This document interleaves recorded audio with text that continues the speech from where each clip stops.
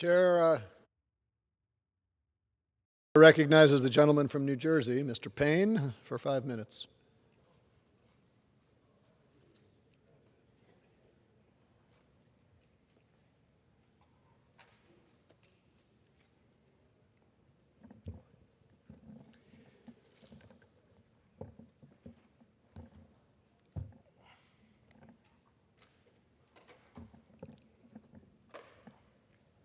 Mr. Speaker,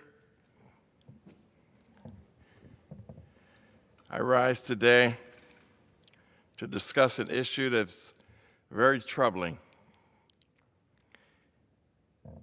It is an issue that needs to be addressed. Because you see, I rise today because of the outrage and shock that Brett Favre stole money that was supposed to be used to buy formula for babies in Mississippi to build a volleyball stadium at the school his daughter played at. Today I join the calls of millions of Americans demanding that he and the corrupt Mississippi Republican governor be held accountable for this action. Brett Favre is a millionaire.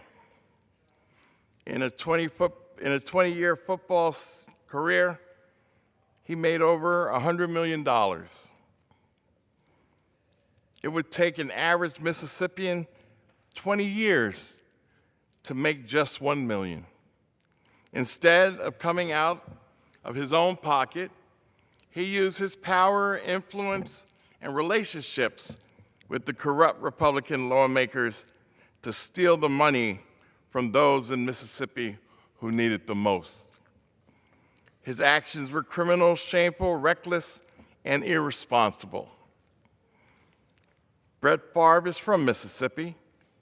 One might think he should have cared that his home state is one of the poorest in the nation and suffers from one of the highest rates of child poverty in this country. He should have cared that 1 in every 5 Mississippians lives in extreme poverty. One might think that he should have cared that Jackson, Mississippi, the capital, almost 25% of the households depend on minimum wage. And these families, most earn less than $15,000 a year. One might think he should have cared that hundreds of thousands of Mississippians often have to boil their water due to the corruption and the neglect by the leadership in Mississippi, the Republican leadership. Neglect that Brett Favre was a key and influential factor of, neglect that he and the corrupt governor benefited from, but Brett didn't care.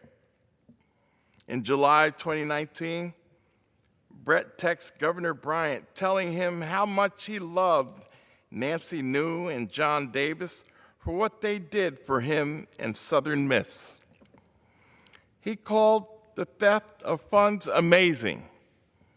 Governor Bryant knew that the money could have been used to provide thousands of low-income families with a year's worth of rent.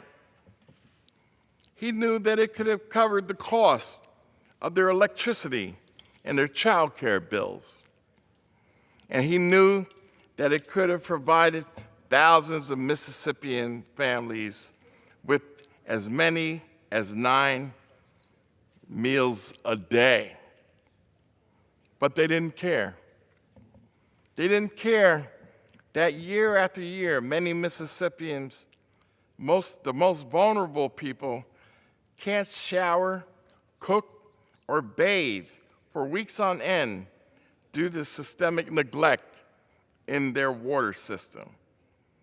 In a report released earlier this month by Vox, Benji Jones explained the water crisis in Jackson, Mississippi perfectly.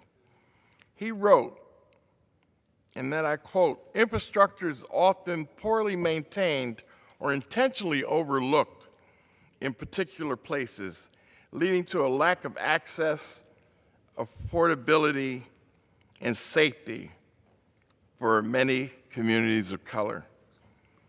Brett and Governor Bryan intentionally overlooked the needs of Mississippi's poor people for a volleyball stadium.